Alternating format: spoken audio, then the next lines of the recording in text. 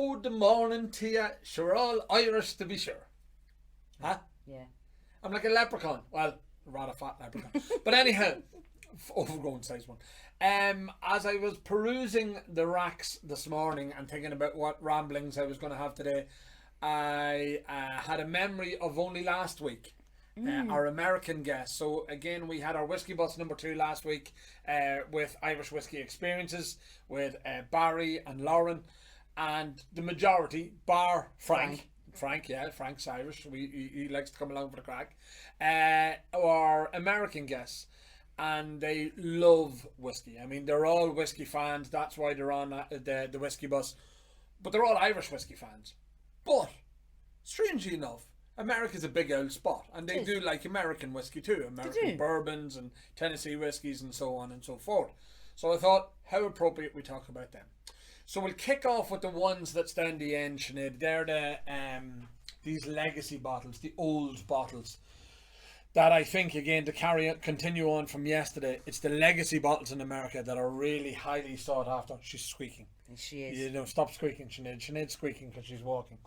But we have these Walker bottles. So these are fine old bourbon whiskey. So there's 2 of them. One has no label on it at all, but it's got the capsule and the whole lot. And this one has got the label on the front. Product of Canada, Hiram Walker. I mean, anybody who knows whiskey in America knows that Hiram Walker is quite a famous name. But again, they are 2 very old bottles. We've done a wee bit of homework on them. I can't recall the data off the top of my head because I'm still only at half capacity after last week. Yes. When the Americans tried to break me. They did. Did succeed, in fairness to them. Beside that, we've got 2 bottles of old Fitzgerald, and I thought it very appropriate that we have the 2 of them side by side. We've got this one here, which was distilled or barreled in 1951 and bottled in 1959. So that's an 8-year-old bourbon whiskey. 8 years old. Like, it's in considerably good nick, considering. I mean, it's not bad. But beside that, you have the modern incarnation of it, and that's a 17-year-old old Fitzgerald, bottled in bond.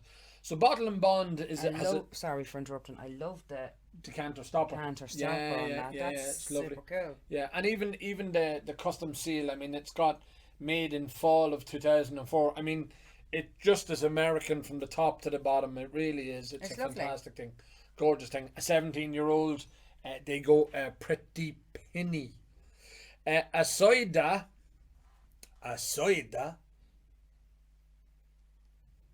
She's squeaking.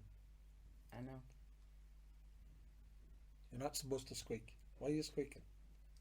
Just film the thing and stop squeaking. So Jack Daniels 10-year-olds. This is one of the age statements for Jack Daniels. I mean, we'd all know Jack Daniels. It's usually a non-age statement stuff, but that's a 10-year-old. Look at the colour of it. I mean, it's like treacle in a glass. It's like maple syrup in a glass. It really is a cracker.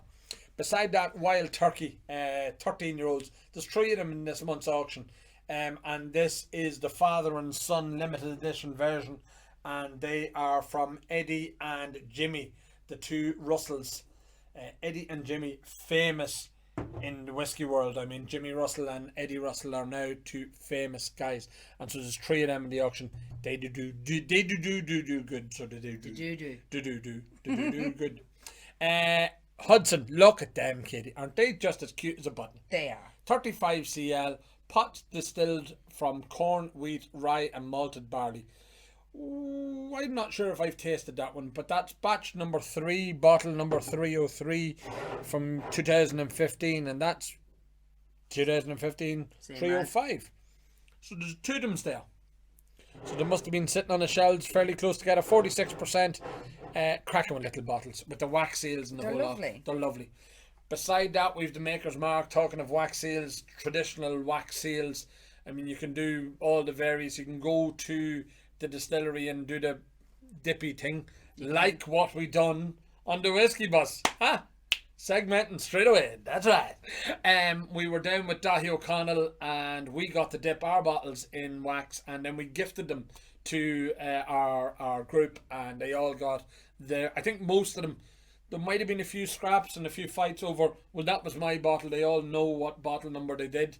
But we also have one of those bottles going into this month's auction for charity, kindly donated by Irish Whiskey Experiences and Dahi O'Connell. So we're going to raise a few pound for that. So that's one. And then we did raise a few pound on the charity on the Irish Whiskey Experiences as well, but I'll talk about that Friday. Blantons, baby.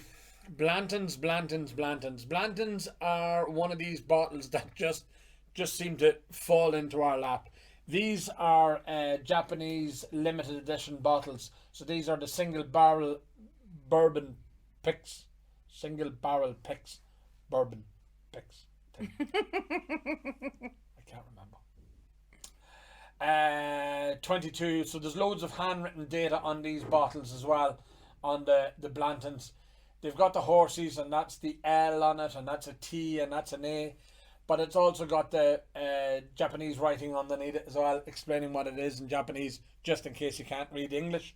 46.5% ABV. And then you've got this one here, and this is from 1222 as well, from Rick number 6. We had loads of Ricks on the bus as well. We did. Jeffs and Ricks, I think, is the very most common thing. confusing. But you can imagine how confusing it must be in Blantons, because they've got so many Ricks that they've got numbers. So there's Rick 6 and Rick 13 and Rick 32. I mean, everybody must be called Rick. Why is everybody called Rick in Blantons? But they always do well in the auctions. I mean, they end up, most of them, strangely enough, end up going back to the US through our US clients. But they're a highly sought after bottle in America. I know some of the guys are selling them then over there and making a pretty penny on that as well. So if that's a new business model you want, copyright Irish Whiskey Auctions, and we get a percentage. Well, we get a percentage anyhow, but we get another percentage. Taylor's, Elijah Craig, another couple of the big American brands, but then on the end, we got Pappy Van Winkle. 3 separate bottles of Pappy. We've got a 10-year-old, a 15-year-old, and a 20-year-old. And I don't know if there's a more collectible whiskey in America than Pappy. People fight over Pappy. Go mental for They it. just go bananas over it. Most of it's done on allocation, but the prices that some of the bottles achieve over there are Astronomical. gazonkers. Like, just bananas. I mean, bananas. But 53.5%, 53.5%, but the 20-year-old is only 45.2%. And that's unusual in the fact that in America, your volume goes down, but your ABV goes up. Whereas the 20-year-old, over time, your volume goes down and your ABV goes up because of the humidity and the sweat and the things. And I presume Rick is involved with them too. So Rick comes from Blantons, and he comes over and he holds these things as well. Rick is a very busy lad because he holds all the bottles in America. All the barrels. What did I say? Bottles. He doesn't hold bottles, he holds barrels. He's a big strong lad, our Rick. He bench presses bottles, shakes them about so that whiskey gets into all the wood and stuff. I'm demented. You are demented. I am demented. Yes, You're right. okay. The head's gone completely. Your man, the cigar smoking person on the front, I presume is old Pappy himself. But then you've the old Rip Van Winkle on the front of that one as well. And that's 10 summers old. I mean, you know, look at it. Asleep many years in wood because Rip Van Winkle slept. What's the story about Rip Van Winkle? I can't remember. Sinead, do you know what the story was about Rip Van Winkle? He slept. He was like Sleeping Beauty, except he wasn't pretty. He was a dude. Yeah. He had a big beard on him. Big long beard, yes. Big long beard on him. He's like Jim down in Friend of Hand. Friend of Hand. Jim's like Rip Van Winkle. Yeah. Sorry, Jim. Sorry, my bad. Jim's a lovely man. He is. I wonder if he's back from holidays. He was on holidays. So that's it. That's today's ramblings and incoherent message. Ramblings of a madman. Oh, if they only knew. If you only knew. Last week, it broke me. I mean, I'm mentally scarred. There's lads like Troy and people like that just, they need adult supervision. he shouldn't. He shouldn't be allowed in the bar on his own because he tries to drink it. We actually drank the boat dry. We drank the boat out of Guinness, and we hadn't even got the halfway point when they drank it dry in Guinness. I mean, the guys. And what do we call them? Reverse distillery. The sort of whiskey goes in the top and water comes out the bottom. Yeah. But Nicole, who runs the boat down there, said to him that they normally wouldn't sell that much alcohol, and I said, well, there's nothing normal about this group.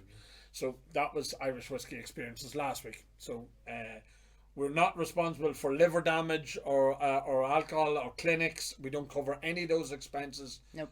Other than my own, and I think I'm going to be in a clinic soon. Yes. So that's it for today. We're back tomorrow, Thursday and Friday. Then we go live on Friday. The room's ready. The lads are really flying. The place seems to work better when I'm not here. Yes. I think that seems to be the general consensus. When I'm not here, the place, everybody just works better. Because you have this habit, right? Right. Of everybody's doing their thing and Yes. we're doing our bits and bobs and whatever. Yes. And then you come into the office. Yes. And Swan in. On my swan. Turn into a Tasmanian devil. Right. Go mental around the office. Right. And then swan back out and leave the devastation behind you. Right. And your point is... We have to pick up the pieces then when you leave. But look at the creativity we have. I think that was me getting given out to. Just for anybody that wasn't aware that was me getting reprimanded and scolded. Hardly and bold. Yes. Ah well, them's the breaks. Okay, let's go. Good luck. Talk to you later. Bye.